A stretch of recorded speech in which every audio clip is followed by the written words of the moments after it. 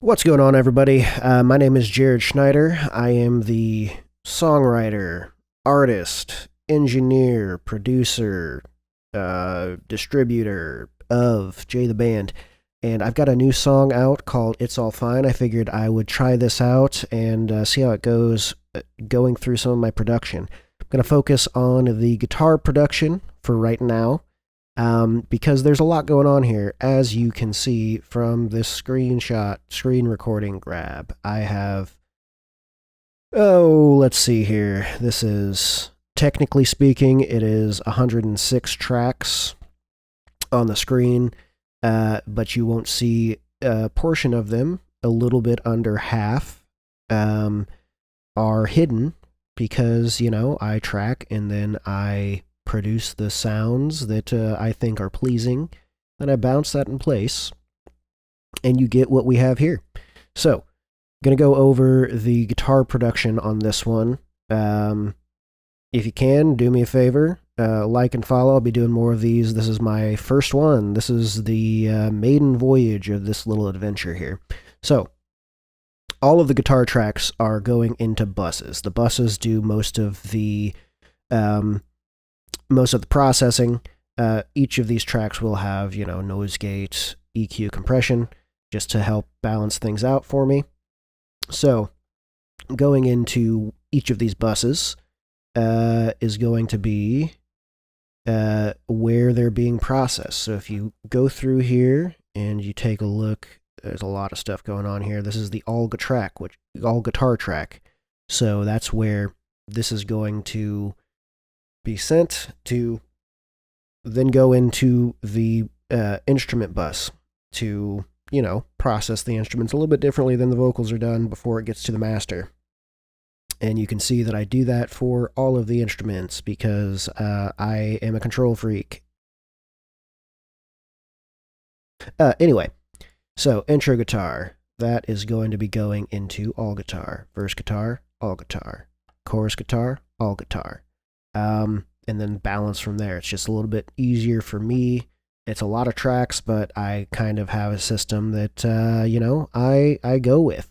So, if we open up the intro guitar, we will see that it has generally the same settings. Go to somewhere where it's not 0. It has the same settings as its counterpart, the double track. So, noise gate, that's got all of these settings. I did this well over a year ago, so no, I can't recite them offhand. But this has a threshold. If you don't know, now you know. The gate, it helps to remove, it's called a noise gate. It helps to remove background noise or noise that you just deem undesirable. So, threshold is at minus 51 dB.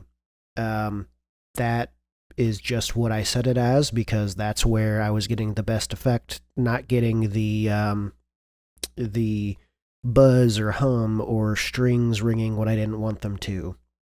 79 dB of reduction.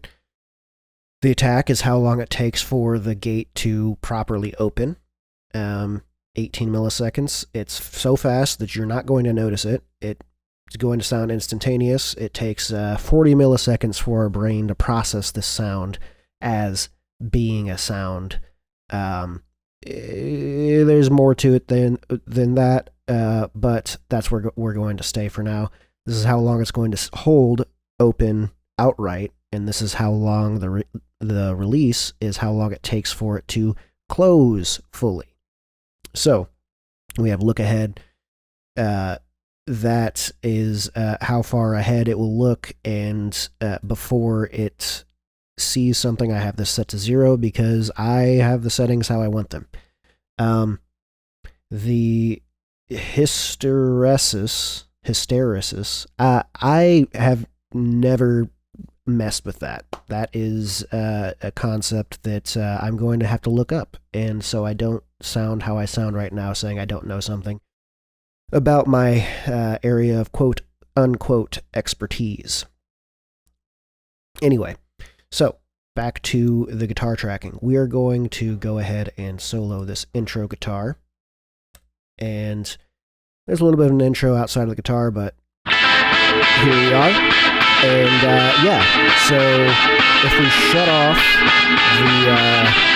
the pedal board, you're going to hear it going straight into the Blue Cat free amp. This is a freeware that I bought when I was trying to watch my finances. So this thing's great. I usually start with a preset and then kind of, adjust it how I want it to sound. So anyway, I'm going to shut off this pedal board. We're going to see what's going on in this freeware Blue Cat audio amplifier. So here we go. That pedal board is off. It sounds pretty much the same. It's got a little bit less of a bite, but that's kind of what the pedal board's doing. So that's just the dry DI track. I recorded in a home studio, so I like to be conscious of my neighbors and nice to them.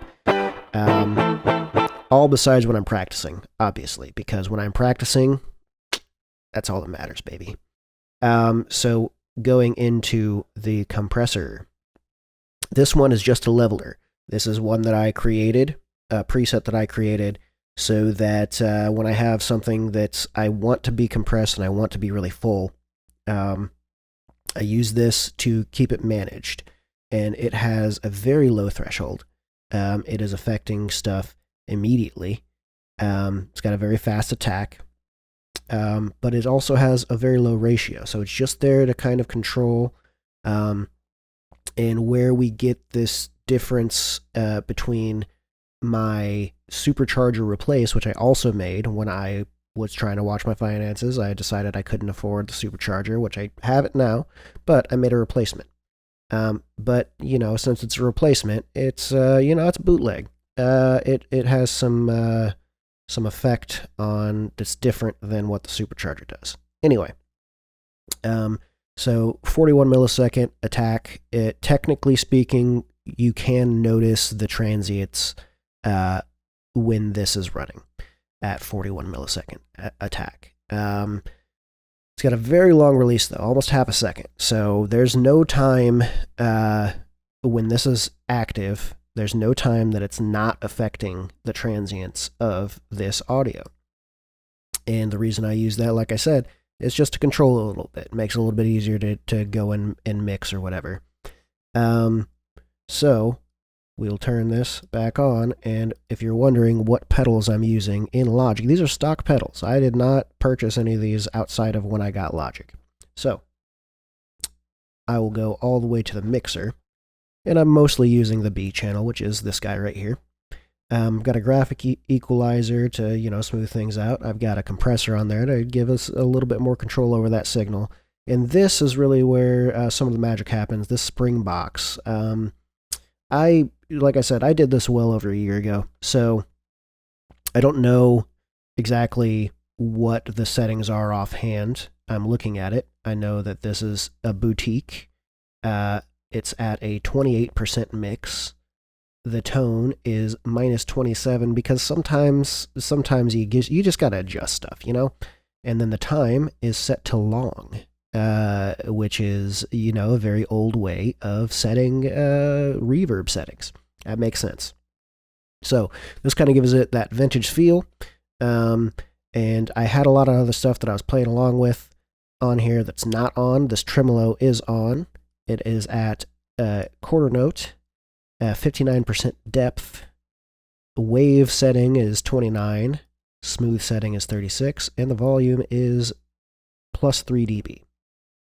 So it's set to a sync because that just musically sounds better. And then this right here, this double dragon, this is giving us our bite, giving us some fire. I should probably edit out that last line. Anyway, so this is set to bright, and I thought that was a good setting for the intro. And generally, most of the settings on these guitar pedal boards are going to be the same.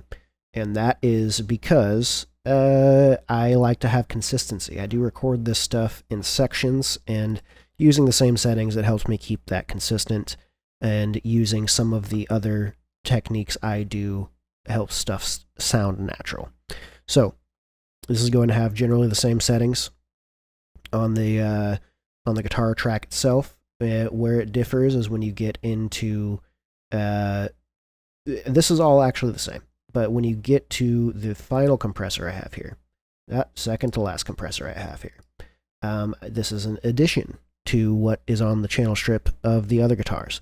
This is my supercharger replace, and yeah, it took a little bit of doing. Yeah, I used this before I had supercharger for myself. I used supercharger when I was at the University of St. Francis Fort Wayne. Go Cougs. But yeah, so this has a very low threshold, and most of this is going to be the exact same as the preset that I made 4 years ago. 4 years? 3 years ago. So it's got a relatively high ratio. It's not getting into limiter space yet, but it is getting close. Usually a limiter is about at least 7-to-1 ratio. This is a 4.1 ratio. It's different. It is a compressor. So makeup is at 0. The attack is a little bit slower. We'll want some of those transients to pop through and sound more natural. And the release is pretty long. It's almost a quarter of a second. This right here, this minus 12 dB, that is the auto gain. That keeps this nice and low. But where the magic happens on this bad boy is this soft distortion that I have on here. So we're going to open this up, and we're going to go into the solo here.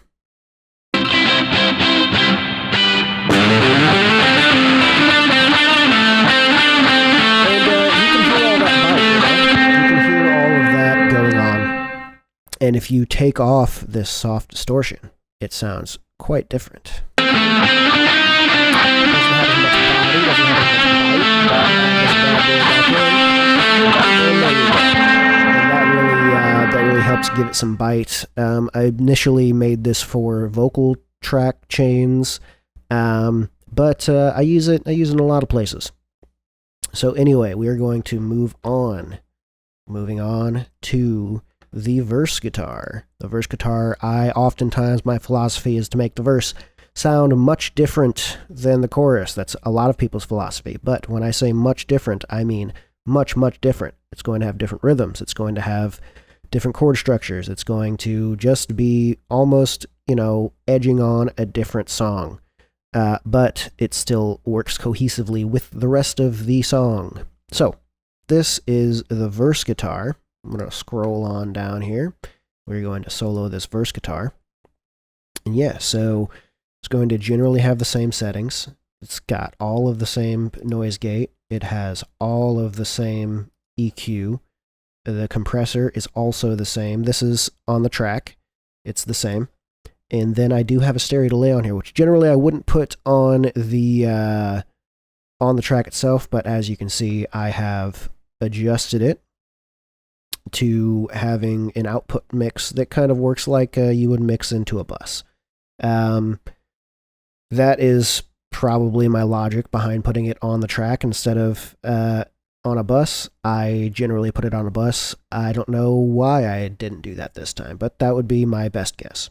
So, this is double tracked, just like everything besides the guitar solo. So, you can see that these have very similar settings. What's going to differ is it is opposite on this output mix on the stereo delay. So what that does is it helps to widen out each one of the sides of whatever double track you're doing, so you get some on the other side. And that just, it makes it, and since it's delayed, it helps to widen it, because while you technically will still hear them as a single sound, that delay is going to trick your brain into thinking it's wider than what it is. So, where this one differs is in the pedal board. In the pedal board, you will see that the double dragon is turned off, and that is because I wanted this to be a softer portion. I wanted this to be more contemplative as a part of the song, and the idea of the song. The song is about performative confidence, And that is something that you need to have. This is the section where you go into the mind of the performer of that performative confidence. And it tones it down, it tones it back. As I'm going through the rest of this production, you will see that that is an idea I went with pretty hard on this song. And this goes into the mind of the effects that performance has on the performer. Anyway, enough philosophy. Play the song, man. You still have some of that bite. It's a little bit softer. It's a bit toned back. This just has the leveling on it. You can see in that meter how the how it is affecting how much compression is going on. So the guitar section, the amp section of this, it's all the same. Everything here is the same. I just simply took off that double dragon, which was giving us a lot of bite. And then I'll go into the next chorus, which I do these in sections, but I don't copy and paste. I like to do each section differently, or play the same part another time, which, as we all know, you cannot do the same thing exactly the same way. You will do it a quadrillion times, and it will still be very slightly different, depending on, how your fingers or how your pick is hitting the strings or whatever. You cannot walk the same path twice. So, going into this second chorus section, I will select this. I will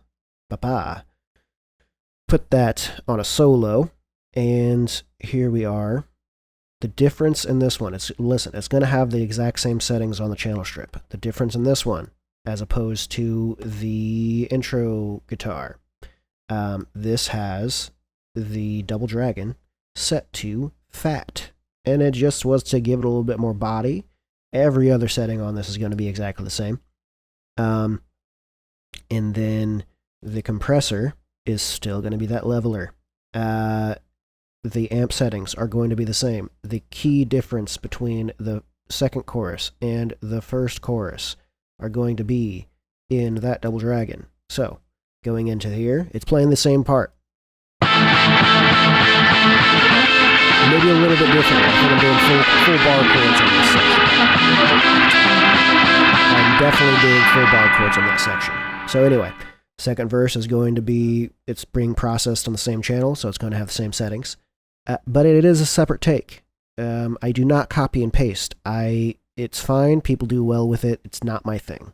We go into the third chorus of this track, and we will yet again have another set of tracks, double tracks, that are probably, this one's probably being processed the same as, and there it is. It's being processed the same as the second chorus, and that's just to make a progression throughout the song and make it a little bit different.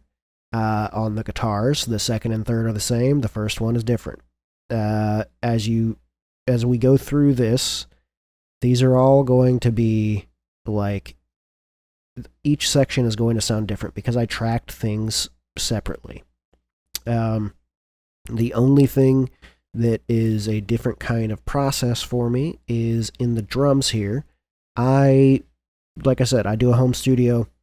I play onto an electric drum set, and then I use Steven Slate drums. They sound great. I still go through, and I still do the same kind. That's the bass. I still do the same kind of effects processing that I would do for a live drum kit. I am just kind to my neighbors. So, that is going to be it for this recording. My name is Jared Schneider. I am the artist, songwriter, producer, engineer, manager for Jay the Band. That's how we do it in indie, baby. You can find me on Instagram, Facebook. I've got all of my music on all of the streaming platforms. And if you are looking for some of my engineering services or production services or musician services, you can find that at www.jaredschneidermusic.com. Shout out to Blackbird Coop. All right, that's going to be it for me. Thanks for watching. Thanks for listening. Wherever you're getting this, I really appreciate it. And I hope you enjoy the song, enjoy the album. Bye-bye.